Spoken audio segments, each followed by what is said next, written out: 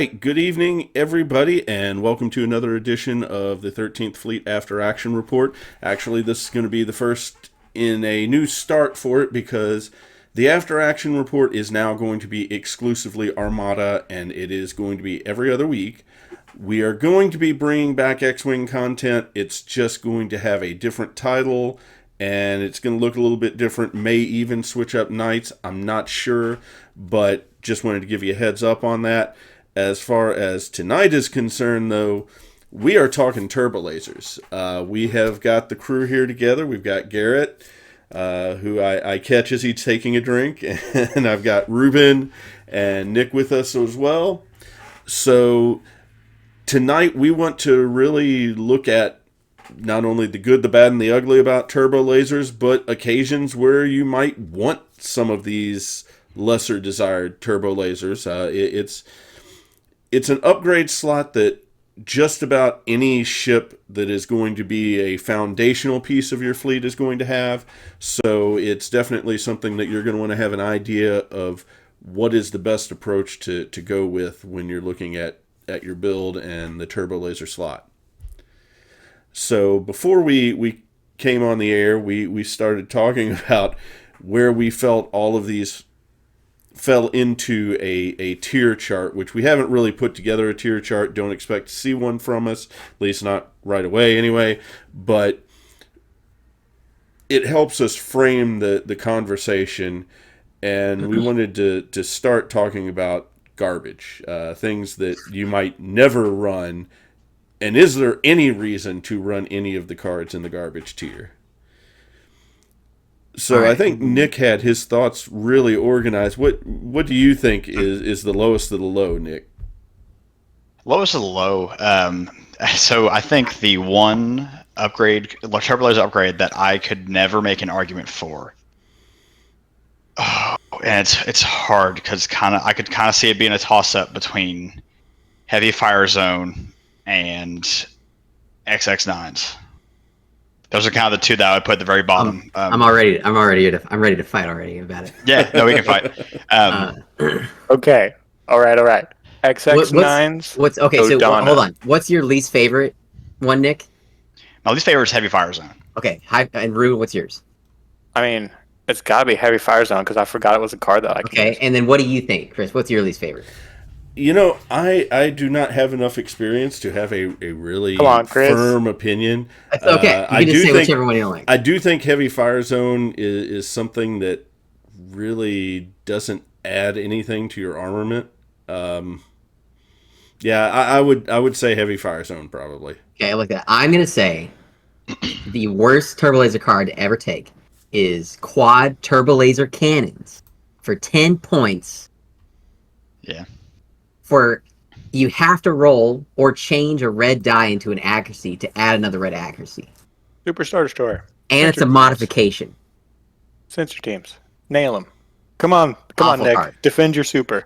Awful card. So the reason I don't disagree, Does that but make it good? It has Probably some. Not. It has some hilarious implications with it because there are so many other things that can work with accuracies. I would never take it on the victory, but you have that funny thing with the victory warlord that can change accuracy to double. Nick, we're talking about good cards. Yeah, I know. Quad turbolaser cannons can go, like you said, quad turbolaser cannons with sensor teams get you 2 accuracies. 10 points and your modification gone. I'm not saying it's a good card. And let's clarify. Let's clarify one thing for folks who may be newer to the game. When we talk about modification, any ship that you have can only have one modification. Is that correct? Mm-hmm. Yeah. Right. Yeah, and so quad turbolaser cannons has a place. 10 points on a big ship like the Super is not terrible, and you can utilize it because you have other upgrades to accentuate that.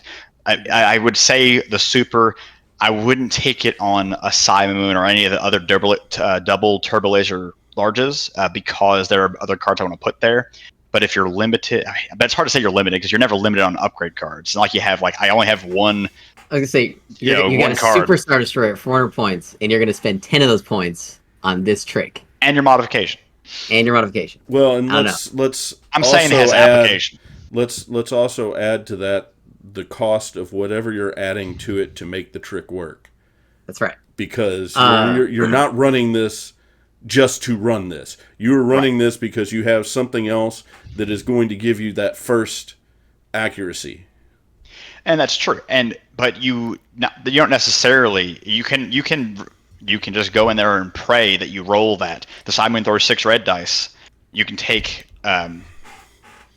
you can take 8 QTCs with LTTs or another reroll ability, so you can actually increase your chances. But we can make that same exact argument with Heavy Fire Zone, and it's only 4 points. Right, but my issue with Heavy Fire Zone is that you're taking up. The issue with Heavy Fire Zone is that it is a Turbolaser slot. The card that you actually take if you're going to make your flak better, and exclusively make your flak better, is Ruthless in the offensive slot, which is where you want that kind of stuff. Because what you want to do is you want to have LTTs so that when you shoot a ship, you re-roll a die. Yeah. And when you flak a ship, so you just made the argument that I can add Ruthless with Heavy Fire Zone with LTTs on some ships. Like Ruthless doesn't. Dreadnought. Yeah. So you could. You can't use Ruthless and Heavy Fire Zone at the same time. But my problem is I don't like red dice. And that's my issue with doing Heavy Fire Zone on a ship is that you can throw like the ISD throws, or the ISD2 throws 2 blue dice, so you can have 2 red dice, and you might just not do any damage to a squadron. So you could take Heavy Fire Zone with LTTs and do 4 dice. You could an ISD2 could then do an ISD. Well, an ISD has only got 1 Turbolaser slot. I think the biggest problem with the red die flak is actually that the shadow that any of the obstacles produce, when you think about how we draw a line of sight from a single yellow, we draw it from a single point in a fan to a squadron. So any obstacle that you hit, especially like the pork chop or the Lincoln, like the Lincoln asteroid, any squads behind that, it's such a huge shadow at that long of a range because you're creating a cone. That's not really useful. Like I've shot red Muni flak tried to shoot it at stuff, and competent opponents, Nick Latrinta, will just bomb you and then hide behind stuff, and you just won't ever shoot them anyways. So blue-black is so good because it's at that optimal range where if they come in to bomb you, you'll get them with 2 dice that are very effective, and if they fly away from you, you can chip them with 1 die if you have some other stuff to help with it. But anyways, we can move on from that kind of stuff. I just have to say that total trash. I agree too. Like it's not good. I just think QLTs are even worse. I think you have won me over to your argument there, Garrett, because math. 10 points is a lot. The 10 points. 10 points is a lot. Is what absolutely dumpsters it. If it was like 7 points or 5 points, all of a sudden you could start fitting in other officer slots like pilot team or sensor team, like useful things, right? So, anyways, but we all agree they're both awful. Mm-hmm. Are there any more dumpster fires here that we need to address? Yes, Nick said it. The XX9s. Yeah, Okay, I'm gonna hot take defend this one. Okay, go ahead. Hot take defend XX9s. Okay, it's situational time. You've got the Liberty, battlecruiser or carrier. You got 2 Turbolaser slots. You can get XX9s, and you can get a reroll. Or you can take spinals, whatever you want. So if you're talking the battle, you're throwing 6 reds at long. You can take Kaken and Sholin. So you're rerolling everything. And you take Dodana. So you really just get them. Because let me tell you, I know a guy who's been projector misaligned many times. And it's not me. He's got the Turbolaser behind him. And every time in those games, he's come to me and goes, Reuben, what is this? What is APTs? What is going on? I just died, and there's nothing I could do about it. I know another guy who's had that kind of stuff happen to him that took DCO to a tournament unironically because of that kind of thing. So, I'm saying, not a good card, but maybe. It's situational. It's situational. I think its best thing is going whale hunting, right? Because hitting 2 face-up cards on anything that has less than 8 hull. If I'm already hitting your hull, I don't really need to do that second card face up. 2 structurals. Sure, but I'm saying if I'm already dealing the face up cards, and like I'm just going to hit you. It's the Starhawks, the Supers, the things like that, the Mahdi ISDs, anything like double digit hull.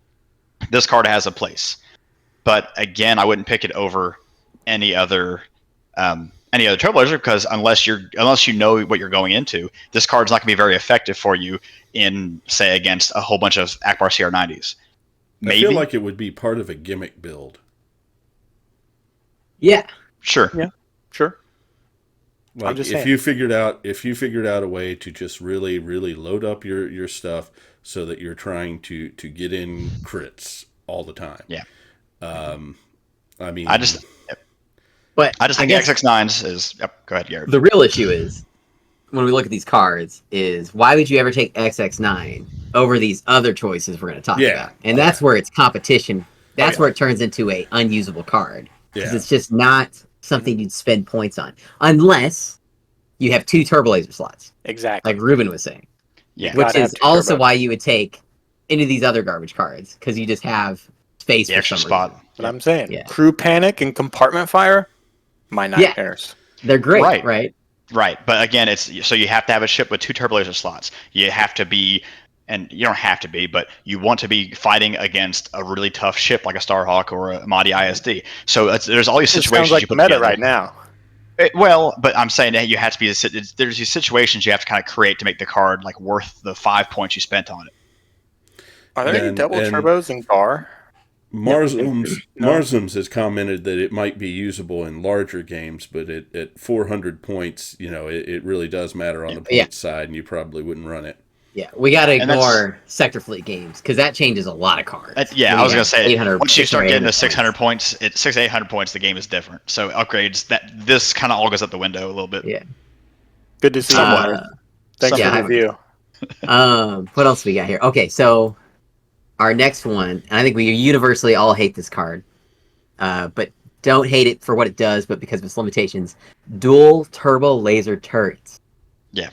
5 points. Sounds great, right? You get to cancel a red die and add a red die. It's cancel any die. Any die, right? So you take the blank one out that you can't re-roll. You add and you do roll first. That is just to clarify. Yeah. And it all sounds great until you realize it's a exhausting card and it's a modification.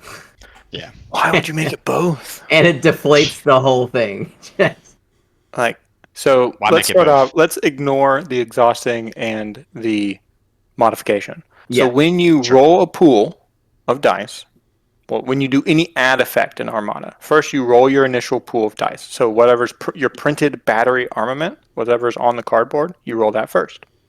Then Dual Turbolaser turret says, add you a red. And you add your red. And then after you've done all your modification or rerolls, you choose one of the dice and cancel it. Now, let's consider how this works mathematically. What this does is this pushes our bell curve more towards the center. So it's not like LTTs, which puts your floor up on your average. It's not like Intensify Firepower, which makes your damage floor 1, which is low-key amazing. Like, Intensify Firepower is an amazing card. Yep. What it says is, like, if you get that awesome roll, if you get the Reuben roll and roll, like, 3 doubles on 3 reds, you're canceling one of your doubles. So really, you're just making your average tighter and tighter. And that would be fine if it wasn't a modification, which means I don't get ECMs or anything else good. And I can only do it once. Like, there's no ship, like, the only ship that has a mathematically optimal die add, like, pool to it is 3 reds. Like that's about as close as you're going to get, because on average, half of your dice are going to hit. So if you cancel one of them, you're probably just canceling a blank. If you have a layered reroll from Cake and Shoulder or something else, you can manipulate your dice some, or like make 2 chip attacks, like with an Assault Frigate Mark II-A. But you only attack with one, like you only get to do it once, which is absolutely just dumb. Yeah, just dumb. This is like this card could be 0 points, and I would not take it. Yeah, this is like a desperate. It's your only option to modify dice left in your list. You know what I mean? I think I took this one time on a Venator because I just didn't have the points for LTTs, and I was like, well, I guess I'll bring this. Yeah. Because I was thinking, I did get to use it, but it wasn't great. Yeah, Garrett, I do have a hot take for you after Nick finishes his point. Go ahead. Yeah. So and so like DTTs, I'm thinking, like, what if I want to bring like 3 or 4 Architens, right? Or 3 or 4 Architens. I want to do like an MSU style fleet, and I'm filling up with squadrons and other stuff. I don't have the points to make all my ships have LTTs. Do I take DTTs? You still have an argument there for slave turrets. You still have an argument there for QBTs even. Dual turbolasers turrets it's hard to justify. Like you said, that three red or more pool, you can't have it too much more, because once you start getting up too much more, you're talking about bigger ships with bigger pools, and then you're taking your modification slot. So it has to be that kind of small medium ship that's throwing 3 to 5 reds maybe, and you can't afford these better upgrades. I just don't know. I've never flown it. I've never flown it, but I want to make an argument for it because it has some cool artwork. The artwork's not cool. Oh, it's big old turbolaser cannons shooting. Bro, we just watched 16 hours of Star Wars on Saturday. The most iconic thing is those friggin' dual turbolaser turrets on the top of the Death Star. I'm just saying, I have it in my heart for anything showing Imperial artwork. I feel like we're going on a tangent here, so let's hit our next one here. I got one not tangent. Garrett, okay. Here's the brew. C-70s, dual turbolaser turrets, Anakin. Add the die, reroll everything, cancel whatever comes out. You'll get you'll get really close to a high bell curve average. Think about it. Just think about it. Why not? Why not? You'd have to add and remove this before you can do any of the Anakin stuff. No, he's a reroll effect. He is. You do Anakin, and then you can do DTTs. You can't do it in the middle of it. You would add the die do the DTTs, and then do your reroll with Anakin, and then cancel a die. No, it's if you choose and cancel one attack die, so it's in the same step. So your DTTs are trigger, you add a die, then cancel a die, and then your Anakin can reroll again. That makes it even worse. Yeah, I would never just bring LTTs if you're gonna do that. That's okay, but we'll talk about that later. Anyways, we'll get the LTTs. Awful. Don't take it. Stop. Anyways, it's bad. Our next card is okay. So we're getting into like mid-tier usability. Okay, so these aren't bad cards. These are just situational, not popular. Not even call them situational. I would just call them not popular. I think they get outshone by the higher stuff. Yeah. So the next one is heavy turbolaser turrets. A lot of these start to sound the same. This one is the one, I'm gonna read the text. While attacking, the brace defense effect cannot reduce the damage total by more than 1. This is the catch, unless it is the only defense token spent by the defender during the attack. It's kind of a budget at 6 points, and it does what XI7's does, but worse. And that's it. It targets the brace instead of the evade. Right. But the target that you're shooting at can, most of the time, unless you happen to get an accuracy or guarantee an accuracy. So you gotta build your ship to be able to use this card. If they use their brace, your turbolaser card is pretty much useless. The only thing it stops it from doing is maybe redirecting or salvoing, right? What do you guys think? I think it's like not great because of that exception. It's a well-balanced card. I'm here to bet. Yeah, it's all yours. So, an IC2 throws 8 dice out of the front at medium range. Mm-hmm. You take SW7s, so your accuracies count as extra damage. Okay, now it's a 14-point card. Okay, but a lot. Again, we're talking about builds, right? Keep batting. Heavy turbolaser turrets turns all your blue dice into damage, as well as reducing your opponent's defense pool effectiveness. So, like you said, it reduces their ability to evade or salvo you. It doesn't target the redirect like the XI7s do, but it allows you to kind of knock out like your accuracies you can just rely for on damage, and it negates your opponent's effectiveness of ECM, stuff like that. here's the way that I'm looking at it. In order for this card to be really effective, you have to have a fairly significant sized dice pool. This is not going to go on a smaller ship. Right. And when that happens, they're just better things. I know that's the argument that we've said for so many things below this, but I mean, the fact that it can be negated by the fact that if it's the only card that's used, that stipulation just really kills it in my mind. All right. How about this? Blue beam onager. Yeah. Yeah. There. Playable. Maybe. The issue with Blue Beam Onager is that it's kind of the same thing that XI7s. Like, you don't take XI7s on the Blue Beam Onager because I mean, you should. You should. All that extra crit damage, you just go, oh, well, you're not going to let me use my shields in the back or on the sides. I'm just going to splash all that damage anyway, right? I could see this. I mean, the other thing with the Onager is that they can't salvo ignition shots, so it's reducing that effectiveness of that defense token anyway. They have the option of evading it or bracing it, which can be nice against things like an assault frigate that you're like, hey, I'm going to hit you real hard, and you have to choose which one. I have a technical question. Okay, sure. Because this question may actually make it even less useful in my mind. How does this interact with thermal shields? Oh, that's a good question. That's right. All attacking. So thermals is a thermals gotcha. is before when the attack is declared. So it's not reducing damage. Thermals halves your dice. Yeah, that's so if your opponent has thermals, HCTs are totally useless. They nothing. Don't do anything for you. Yep. So here's a good question: what ship was this card released in? Oh, that's a really good question. Heavy Turbolaser is Wave 2.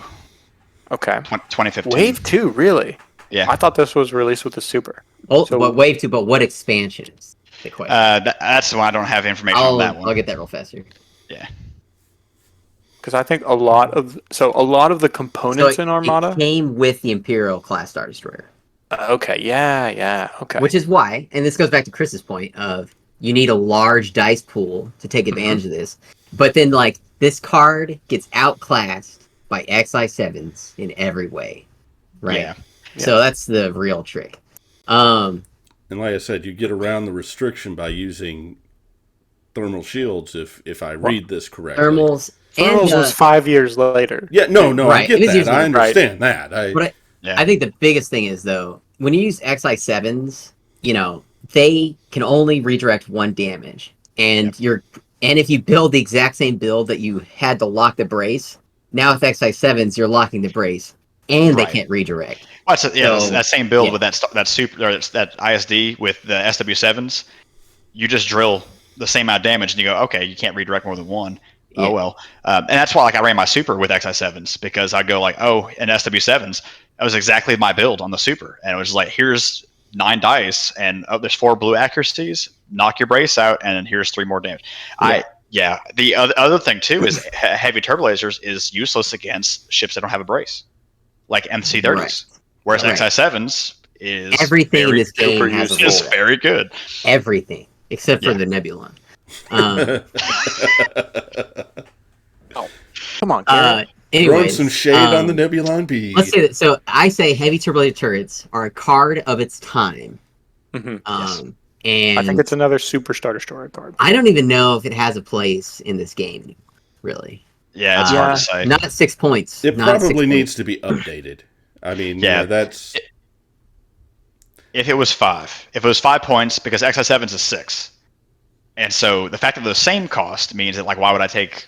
Bro, this thing's got to be like 3 points. Yeah. How cool would this card be? Yeah. How cool would this card be if it worked just like XI7s, where they just can't brace? Let's move on. Brace reduces damage by 1. Yeah, that'd be cool. Okay, so our next one is this one. I say this is like exact middle of the road. DBY 827 heavy turbolasers. It's 3 points, which is a phenomenal number. Yeah, because you can put this thing at all sorts of stuff. And and you can put it on any ship because of local fire control lets you put a salvo token on anything. Yep. And so it's But then cool. it becomes 7 points, and you're losing your weapons team. Right. But you can build for that flak idea, which I've got a build. Don't you worry, Nick, on your super. I actually originally started doing local fire control with DBYs. Yeah. So what this does, though, is it's while performing a solid attack, you may change one die to a face with a crit icon. And during the Slavican era, that short period of time, if you paired this card with the original Anakin, that was absolutely insane. But the coolest part about this card is you can take black die and change them to a double, which is where this card really shines, man. Really shines. When you throw another 3-point upgrade in there, you get flak guns as your offensive. And so now we're at 10 points, but we're only at 10 points in three of your slots. But you've got a really effective, reliable third attack every round. And a ship that your opponent doesn't want to shoot now. Yeah, if you throw this on something like a Providence, and you got flak guns and DBYs and LTTs, good luck, right? It's a good flak ship. They have the double. Yeah, they have the double. Yep, double turbo. I just wish they made the MC-75 with a salvo. It'd be so much better. Maybe someday. Swap on It's like didn't exist yet. Like MC-75 armored, DBYs, flak guns, local fire control, and if it had a native salvo, 2 salvos, dropping that thing out of a Radis bomb with a Liberty with Mon Caron dropping in, and you go, haha, shoot me. Yep. Aspiration, put your shields wherever you need to. Just a bruiser. Do you guys have any other thoughts on the solid card DBYs? It's solid all around. It's hard to compare other cards to because it affects salvo attacks, whereas everything else is like your primary attacks. Yep. And so because it's 3 points, that makes it a lot more digestible, right? It feels a lot better going like, well, I'm not getting LTTs, but it's only 3 points. So my input on this would be for a smaller support ship that has the points room for it. But then again, smaller support ships don't tend to have salvo, so dice. Right. I think it's a really good attack deterrence upgrade. So, like on a Venator, if you have a spec'd out Venator to be a carrier, having DBYs, first off, is cheap. And it makes them want to shoot you less. Because you already don't have a ton of defense as a Venator. It's hard to keep these things alive outside of Tranquility. So once you can guarantee if they shoot you close, they're gonna eat at minimum a black double. That sucks. Yeah. So it changes math sometimes. But anyways, I think it's a really well designed expansion of the game space. Yep. It was in the last expansion that came out. That's goes to show you. On the Venator, I want to say. Maybe the Venator. It comes in the Venator and the Recusant, I think. Or maybe the Providence. Maybe Providence. Yeah. But anyways, our next one, which is pretty middle of the road, but S tier for a certain build, is Slave Turrets. And we're going to talk about that one. Okay. Take your assault frigate. Best rebel ship. Put your slave turrets on it. Give it Kakin and Sholin. Intel officer. Throw them bones. Take your Architects. Put Krennic on it. Slave turrets. Throw them bones. So anything where you can mass reroll same colored dice, you take your average and your floor and your high point up when you add dice to it, right? As long as you can modify the dice. Because what you don't want is you don't want to make a wider bell curve when you're adding assets to your attacks. You want to make a bell curve that is tighter and therefore taller with the same amount of dice. So that's why we have iterative effects. That's why we add dice with massed rerolls. That's why we use SW7s to affect our pool. Also, tangent, when we do ion cannons, I'm fighting for SW7s being the best one, and I know PDICs exist. But anyways, slave turrets, Anakin, CR70s. Anything that makes one big attack, that's the key. Yeah, you got to take specific ships, like the Architects, Assault Frigate, anything you don't care about shooting at the front, right? So what I want to say about Slaved is this is kind of what we're talking about with like DTTs. DTT sucks, and it sucks because it's a modification. But Slaved is also a modification, but it solves that issue of it basically belongs on smaller ships. I mean, assault frigate's a medium, but it's doing the same kind of thing where you don't really have. You're not fighting for your modification slot on these ships typically, and so that's not really an issue. Whereas like DTTs, you want it on a bigger ship to help affect this larger die pool. Slave turrets, like you said, with like Krennic. I ran a Thrawn intensified firepower Simoon with a Krennic Arc-10 slave turrets. So I was con-firing dials with intensified firepower going off, re-rolling all my dice at 5 red dice, re-rolling. And yeah, it wrecked. I mean, it's so strong. I definitely put Slave up there, but it depends on the build, which is why I think it's not higher on this list. Yeah, I didn't. So it depends on the build, but like it's great, right? Yeah. Like for what you're using it on. Yep. Like it's not going to get outclassed by another option. Yeah, you don't slap it on every ship, but you slap it on the ones that really they love to see it. Yep. 2 notes. If you slaved, you can't flak out of another hull zone. Keep that in mind, because you can only make 1 attack out of that hull zone. If you have slaved, do not, under any circumstances, take advanced gunnery. Don't do it. Yeah. And also, I believe Slave interacts with salvo. Yes, you may only salvo out of the attack, the arc that made the slave turret attack. Conveniently, though, almost all ships that would be able to use Slave in an effective way don't have salvo. So yeah. Now let me go back to that salvo thought there, because I'm reading the card and it says you cannot attack more than once per round. So right, it negates salvo entirely if I read that right. Well, because I believe when it says round, it doesn't say per activation. It's per the round. And so if you shoot your slave shot and then I shoot you, you cannot salvo because you've already attacked. If I shoot you first and you salvo me, you then cannot shoot with that ship because you've made your 1 attack. Yep. Yeah. Similar interaction as Paragon. Yeah. It's also helpful because it gets around that thermal shield because it's an add effect, right? And keep in mind, you can't add dice to salvo, so it doesn't even help if you were to salvo. Yeah, so you don't salvo, which means don't salvo. Yeah, so take slave it on turrets. ship with salvos. Great card, amazing card. Next, let's talk about quad battery turrets. This is another great card.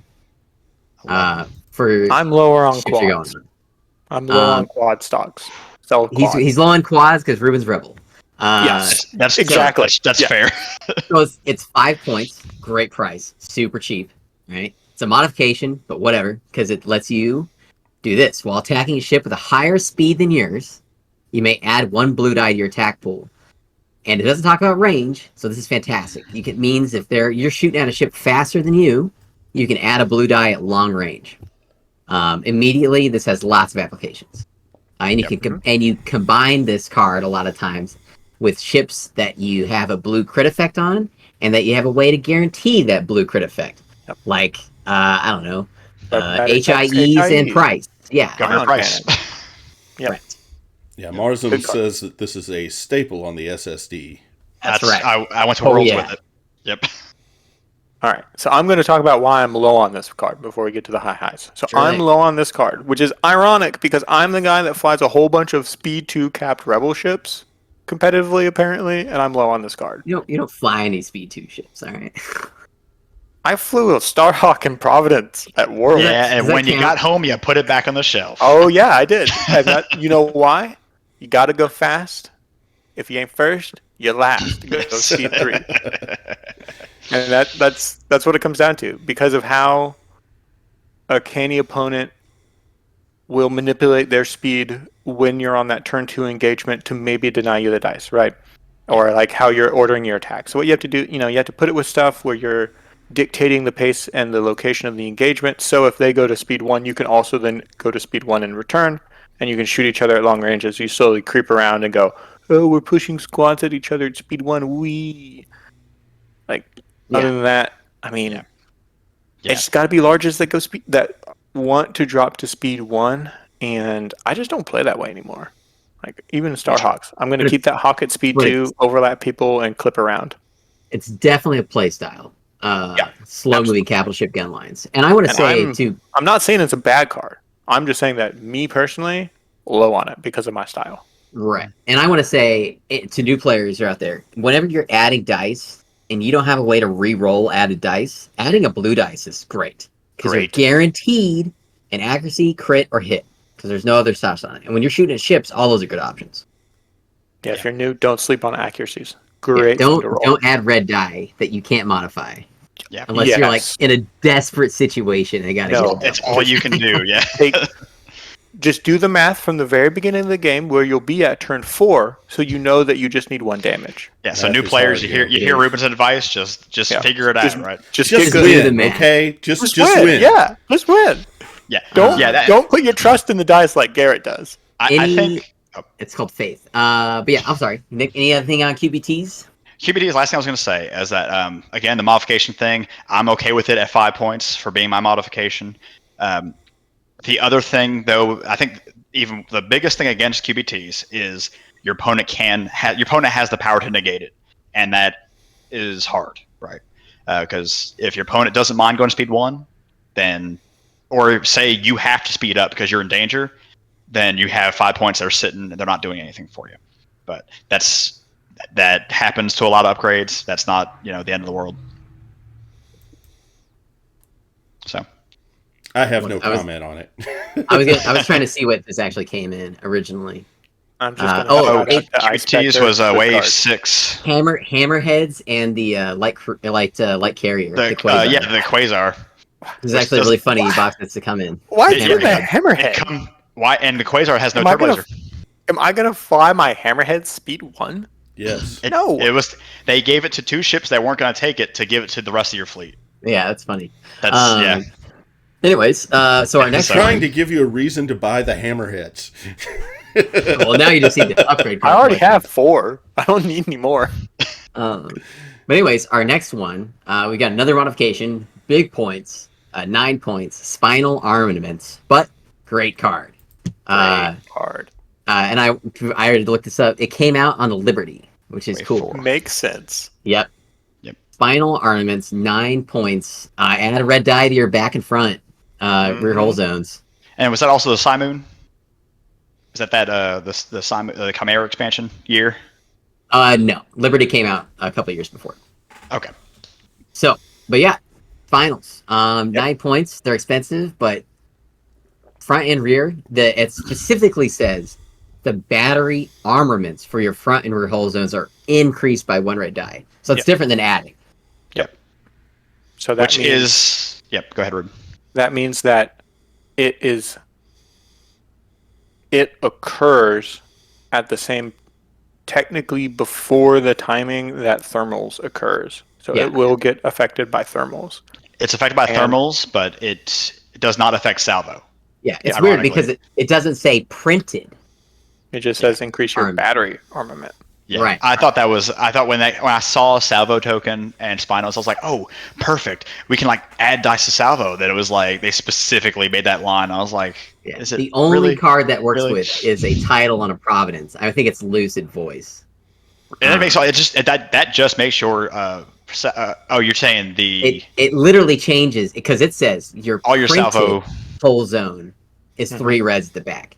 Mm-hmm. Printed.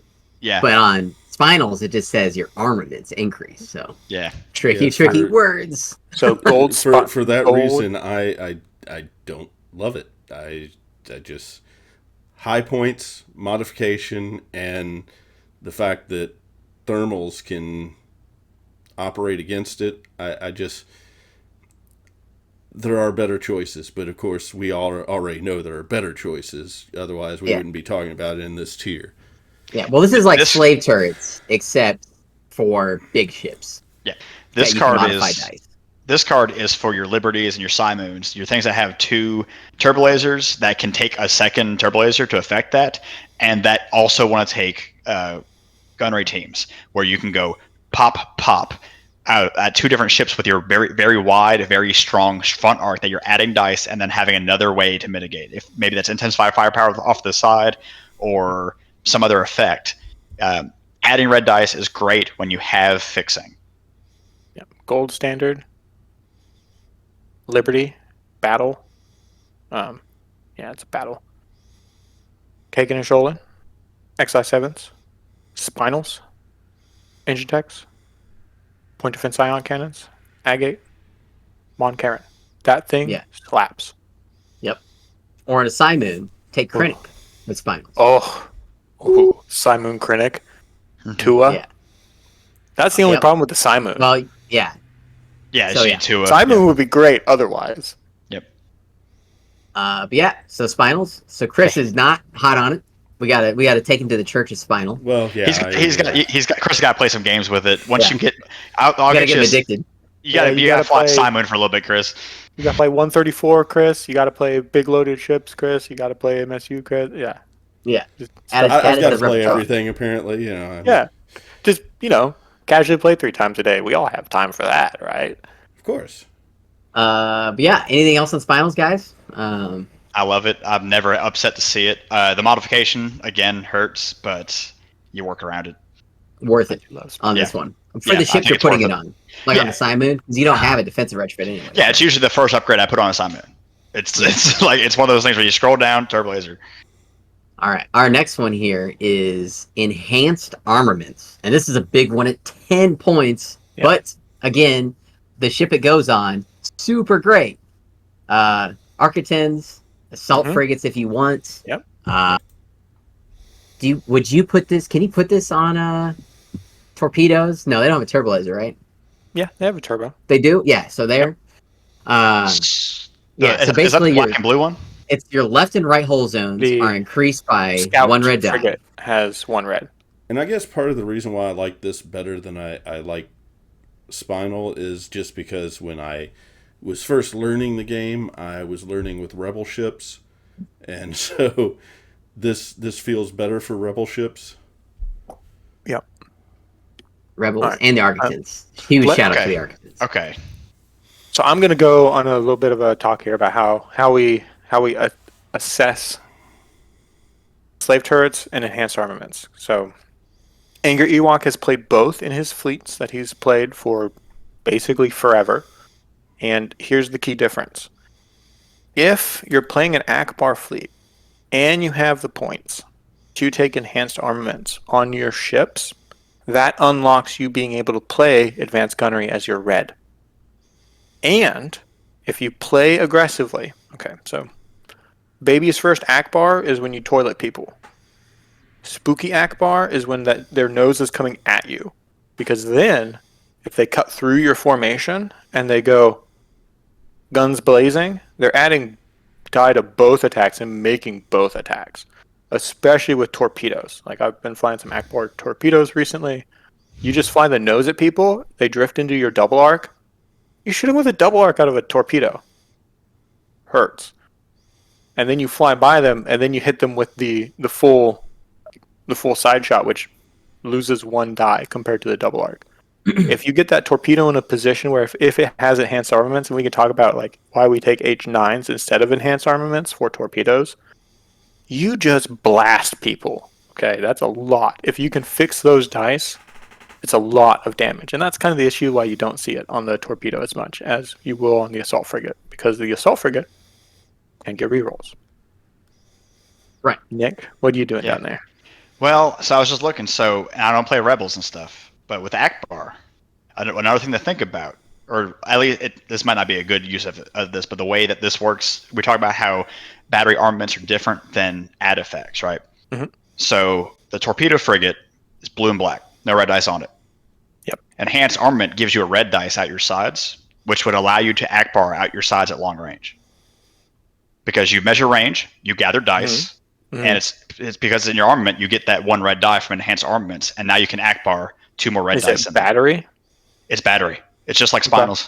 Yep. Okay. It's a fringe case, but that is interesting how that interacts. It turns into CR90 where it can't be obstructed. And that's why you see Jaina's Light on Akbar CR90s. Yep. And fun facts, it's a core set card that's been used ever since release. Set. Yeah, it came out. Yep. And the other core set Turbolaser was H9s. Yeah. That was all you got. Is there any decent enhanced armament plays off of in GAR, Garrett? In GAR? No. Yeah, anything? No. Other thing I will say, do not use enhanced armaments on Nebulon Bs. But it came in the expansion with them too. Don't Do it. Well, you're paying Nebulon as much Bs. for the enhanced armament as you are for the Nebulon B, aren't you? Nebulon Bs don't want to double arc anything. They don't have evades, and they have one shield on their sides. I want to say Kravik has like Akbar Nebulons that enhance. I think maybe it was Akbar with Slave, but I think it was enhanced, which is funny. Years ago now, he made those videos. But yeah, so yeah, enhance 10 points. Good card, right? Good circumstance. Moving on. Next card is the beloved Turbolaser reroute circuits that nobody says. They're just called TRCs. They go on one ship. The CR90. You take on two. You take on two, Garrett. You can take it on other ships, but the CR90 is Chef's Kiss. Got 2 evades, and it is the absolute bane of all players who don't know how to deal with it. Yeah. And I still hate getting TRC years later. There's nothing more annoying than somebody rolling a natural double and a blank, and then them saying, "Yeah, but just kidding, it's 4 damage." One of my favorite things is to see the light fade from their eyes when I confire Akbar TRC 90s. It's so surprising, and it's happened to me so many times. Because I'll roll good too. Yeah, because CR90 is just kind of floating around, and you're like, I'm not focusing on that. My ISD has to go somewhere else, right? It has to turn to face the main threat. And so you're turning, and that CR9 is floating around, and then it just kind of gets back there, and all game long, it's throwing 3 reds at you and flipping one to a double, and you're taking 4 or 5 damage every turn. And like your IC blows up, and you're just like, "What happened? Where did I go wrong?" And it's like, "Oh right, that tiny little ship did like 15 damage in like the freaking 3 turns." And then I rolled 2 doubles and a blank and cackle maniacally. And that's when it really gets them. Now, I want to say, Nick, you did this research. It's hard to remember now. Originally, this was not an exhaust card. Yes. Yeah. Right? So, Rebel players were able to TRC you twice. Yeah. Out the front and the side. Because they have 3 evade tokens. Yep. What a absolute 1.5 to exhaust. Yeah. And it's still very healthy change to the game. Very good, yeah. They can make it a modification, too, while they're at it. Not that would change. That wouldn't affect CR90s, but yeah. But you can also. Oh, go ahead. I wouldn't really play this on your single evade smalls. Yeah. Market 10s. I'm talking like C70s, and Hammerheads. Yeah, the guard. I was gonna say C70s are crying right now because if they had 2 evades too, it would have like made that ship the next CR90 for guard. Yeah, absolutely. Double evade Nita TRC9, the Nita TRC Architens. That's what I was good. I'm gonna get to. So the Empire has the unique advantage where they can actually put this on any ship they want to. So Captain Nita, 2-point officer, he's hilarious. You put him on any ship, you switch a defense token out for an evade token, you take TRCs. You can have an ISC2 with TRCs on it. Not recommended, but it is funny. Because then you just have that automatic double in there, or you have that automatic crit. You can do an Onager Star Destroyer, where you go, hey, I need that red crit to trigger my blue beam, because blue beam still needs a red crit. But you want to trigger your crit reliably, put Nita, put TRCs, you always have your crit. Yep. It's just something you can do. And you can pick your red objective with multiple TRCs. Ion Storm, excellent objective. Yep. Farm people for points. Other thing, because you don't have to. You could change it to a crit or a double. Yep. You just take a crit or a double. You just always pick doubles because you like seeing your opponent's light fade from their eyes. Yeah. Other things, Agate on a Liberty can have an evade. So then when that Liberty has TRCs and spinals and HIEs and goes kablam, it's so much damage. So much damage. Oh man, I'm beginning to not like you guys. I think you're mean. Oh, the idea. Oh, I mean, yeah. Oh man, I've never said I was nice. All right, let's move on here. But we love them. I'm just kidding. Let's see here. Moving on from TRCs. Our next one. These are all good. All right. The next one's a new card. It's Clone Wars locked. It's the Swivel Mount Batteries. I wish I could get this card. This is a real interesting card. It's a lot of word vomit, but let's make it real easy, okay? Essentially, you reveal your command dial, and you say, hey, I'm going to focus fire out one of my arcs. and you say, all right, I'm going to slap this on a ship like a Patriot's Fist recusant. You're going to say, all right, I'm going to swivel out the front arc. Okay, check. You put a focus token, a blue chaff token on the front, and then when you're shooting, you get to pull a die color off the left or right hull zone. Yep, printed. Adjacent hull zone, and add that to your pool after you roll. So it's an add die. So what that allows you to do, because it's card, is you roll a long or medium shot with your Patriot's Fist, add 2 black for Patriot's Fist, and then swivel in a black from your sides. And when you confire afterwards, because you've done your manipulation, you add another black. It's nuts. Because confire is adding a die that's in the pool, and since you've already added the black from swivels, you add another black. I wish I could run swivels. So good. Oh. Now it's 8 points for what it does. Not that expensive. Good card. It's the only weird part about it is that once you have one of your hull zones, focused or chaffed, when you're shooting out the left or right, you lose a die of your choice. Shooting at the left or right. Okay. So and this also or cancel. You lose a die. Okay. So you just remove one die. Yep. Right. Remove. Okay. So good. I'm sorry. Yeah, that is the correct game term. Remove. And it also affects flak. So when you're flacking out the left or right, and you've got 2 printed die or 1, if you have 2 printed die, you're only throwing 1. If you have 1 printed die, you can't make a flak attack because you're focused at the front. The only side of the ship that can flak at that point is the front and the rear. And the front, the focus one does not benefit from the swivel. Right. You can't add die to flak because this is your own ships. Yep. So it's a really cool card for what it does. It's just interesting, right? Yeah. Modification to reset your chaff token, because this does exhaust, and you have to spend a confire token to unexhaust this card to ready it. So that if you're in a situation where you need to switch which zone is focused. So, anyways, yeah, swivels. I love them. What do you guys think? Never flown them. Couldn't tell you. Yeah, I don't have any experience with it. Real good. Yeah, but I've just seen it. I didn't know it was 8 points until I looked at it today. And I was like, oh wow, it's expensive. But it explains it. It's expensive, and then it's one of those things like everything else in this game. You compound it, right? You're added black die. You've got assault proton torpedoes. You've got ordnance experts. You just keep going after it. Oh yeah. That Patriot build anything worth doing is worth overdoing. Because that is the trick. That is this. I think that's true for this whole game. Yes. If you very focus your ships into what they're doing well and make them perfect at it.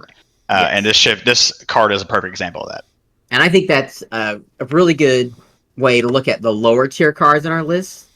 There's just not a really good way to even build on those to make them better. Yeah. Like DTTs and Heavy Fire Zone, right?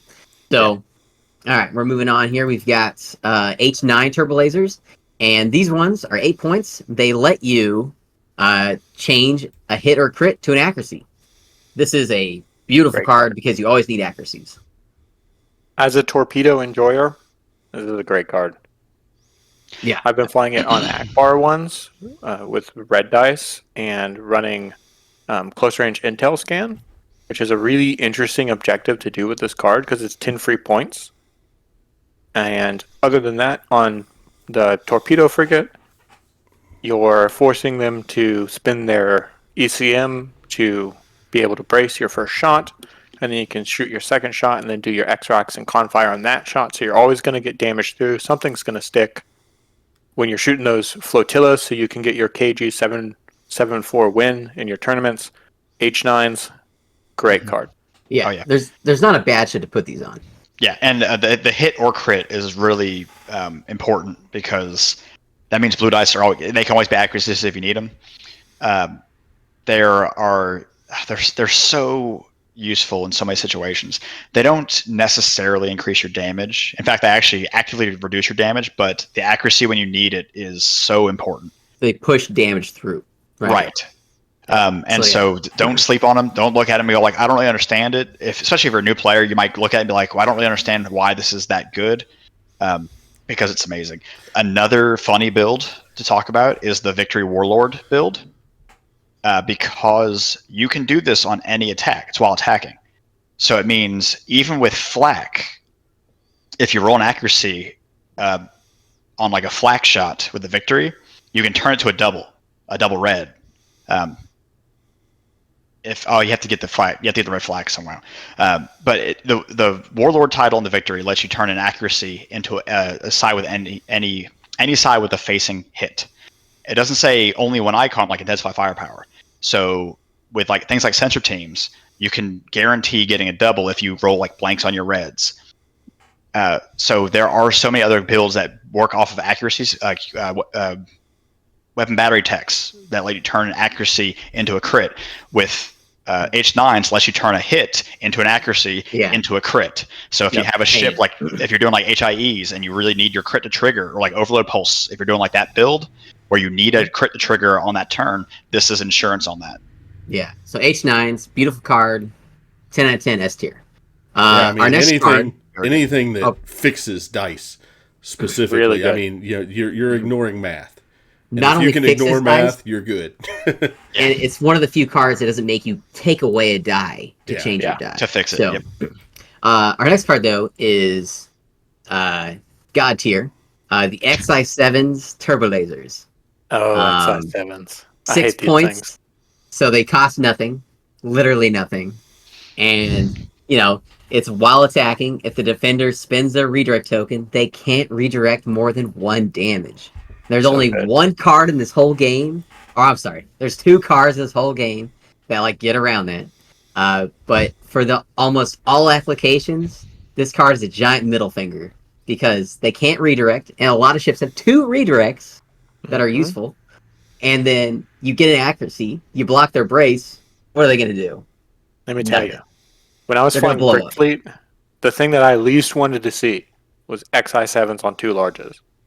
Because the whole point of that fleet is to move a bunch of shields around and to attrition you with shields. And when there's something that says, "Oh, well, no, we're not playing that game. We're playing the shoot you game," I go, "Ooh." It's a drill. It is. This turns any large ship into an absolute drill. Yeah, XI7s are the card you take when you want to kill stuff. Yep. It's a guaranteed damage pusher, right? Yeah, right. And I think that's that's why we see the defensive retrofit advanced projectors, which you slap that thing on an MC30 and all of a sudden you redirect 1, but really you can redirect it to each hull zone adjacent, or non-adjacent. If you did not watch the live stream of our finale for Rebellion in the Rim, you can watch the entire thing on Twitch right now. You may feel my pain. But on top of that, we will be having that on YouTube later, and in a couple of weeks we're going to talk about that. We wanted time to get it edited and everything, but the long and short of it is those things really pissed me off. Interestingly, advanced make any ship real slippery to get damage on. But last thing I want to say on XI7s is that it's also really good in combination with SW7 ion cannons, which let you do your accuracies as damage, because now you don't need to worry about locking down redirect tokens. So all you need is that 1 accuracy to get the brace token, and the rest can just be damage. And that damage is getting drilled in that 1 hull zone. Or you can block their brace and contain, which is and force the crit in. Yep. That's what Arisius was flying on his Liberty of Worlds. SW7s, great card. I wish I flew more of it. Other thing to note is that the interaction between advanced projectors and XI7s is from 1.5, because before that it did not work that way. Yep.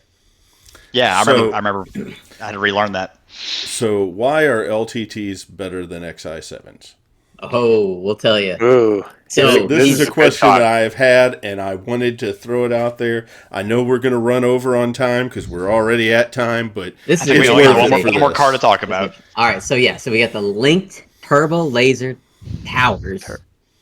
7 points. They do everything. Oh yeah, everything. So while attacking, you may reroll 1 die in your attack pool. And then while attacking the first squadron during activation, you may add 2 dice, of any color to your attack pool. If you do, you cannot declare additional squadron attacks for this attack. Yeah. Holy smokes. So in short, Chris, to answer your question, the reason this is better than XI7s is because it has 2 effects.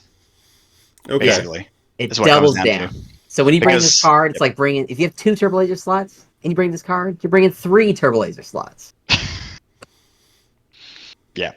I want to say that mathematical answer, Chris. Re-rolling 1 red die only becomes mathematically inefficient at 5 reds. 2, 3, and 4 reds, most of the time on average will roll 1 blank, and in 6 out of your 8 games that you play doing 8 activations that you do that, you will roll a hit or an accuracy. Therefore, we are increasing our average damage for our bell curve by 1, and we're tightening it. So we're taking our curve and we're slightly moving it to the right, and we're tightening it in. And like I said before about how dual turbo laser turrets doesn't actually move you to the right, it just makes you tighter. This card actually moves you to the right. And so it's already mathematically good because most ships don't throw 5 reds, so that's why you see LTTs so much. It's because most of the printed armaments in the game fall within its optimal range to use. So it would be good with just that. And then it goes, like the most powerful things in the game, we shoot them even better too. It's just a great card. Yeah, great card. Yeah, LTTs turns your like, I've got 1 blue flak on a ship, and so it's like, well, I'll flak, but it might not do much. Into, well, I'll flak, and I'm going to add 2 black because I need to make damage stick, especially to aces. It's also great in combination with other things. One thing I love doing with LTTs is running Agent Callus on a ship that has 2 blue flak, because then you're throwing like 5 dice at a scatter ace. And that's how you kill aces, is by putting a lot of damage in one attack with your best chances of getting accuracy for the scatters. LTTs is, you could separate these abilities into 2 different cards, and both those cards would still be high in this discussion we're talking about tonight. Yeah, because they serve 2 roles, right? LTTs can go on any ship. XI7s only go on your big hitter ships, right? Yep.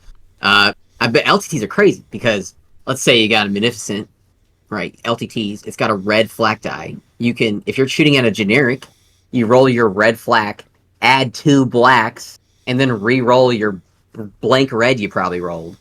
And then you're pushing, 2 to 3 damage on a generic at long range from your Mooney.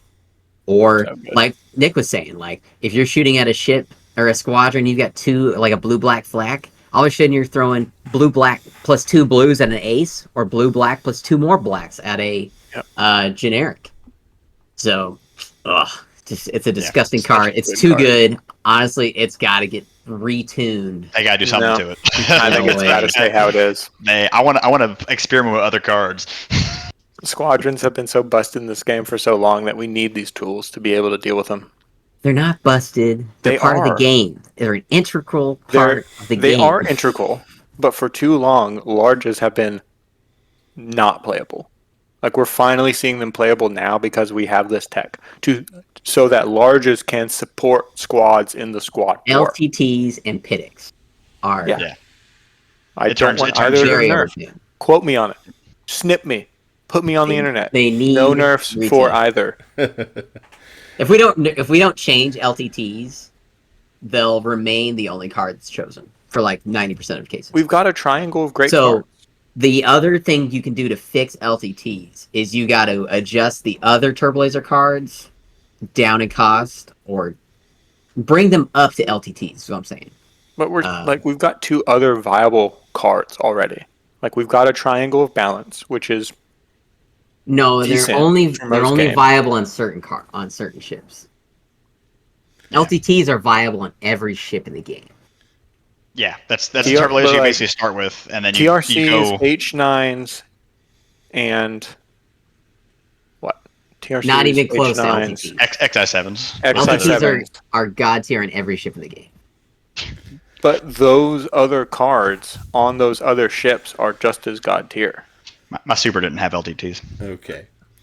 So I want to thank you guys for helping me out with this and throwing out the knowledge on the Turbolaser towers. I really like the idea of breaking down an upgrade slot, and I think this was the best place to start. I think in the future we'll be looking at other upgrade slots and doing something similar here, especially when we come back on in a couple weeks. We'll be talking about which slot we'll look at for that.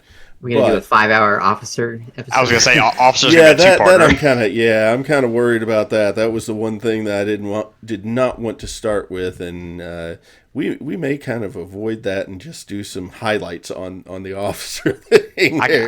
Hey, I'm telling you, damage control officer. I don't think I'm putting her back in my binder. She's staying out. She's gonna be considered now. Okay. Yeah, I like this series a lot, Chris. I like the series a lot.